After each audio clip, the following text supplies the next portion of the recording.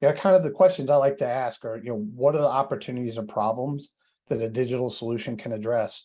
We'll talk about, things like efficiency or sustainability, but it's got to be much more granular than that. Yes, can they do these kind of, general applications? Absolutely. But what specifically are you going to try to go after within sustainability? Has a company developed a digital or transformative roadmap? It's important to begin with the end in mind, so that you can, this is critical to understanding what portion should be implemented in what order, because, digital or AI or whatever it might be, it's never a light switch. It's never a one stop or a one opportunity that gets addressed. It's a continuum. It continuously evolves. And a company really needs to understand where they're at today and where they want to go, and then start understanding the incremental steps it's going to take to get there. Can the value of the digital solution be quantified? That's the first thing management's going to ask, right? When we're looking for investment. Another one, Nazar mentioned it. He said, do I have all the data I need to be successful? Is it written on a notepad? Is it, stored on somebody's computer? It could be in lots of different places. And so you got to understand, what data do you need? And then how are you going to go about, aggregating that together? Will my current organizational structure work with the new solution?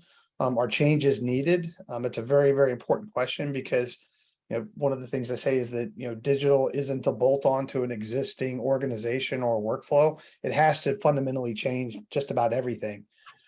Do I have buy-in from the right stakeholders?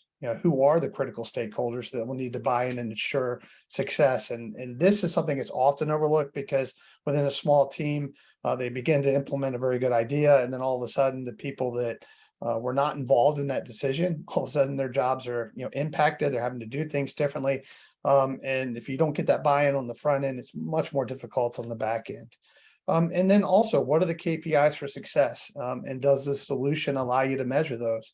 Because oftentimes new KPIs are required, along with things that we would traditionally look at.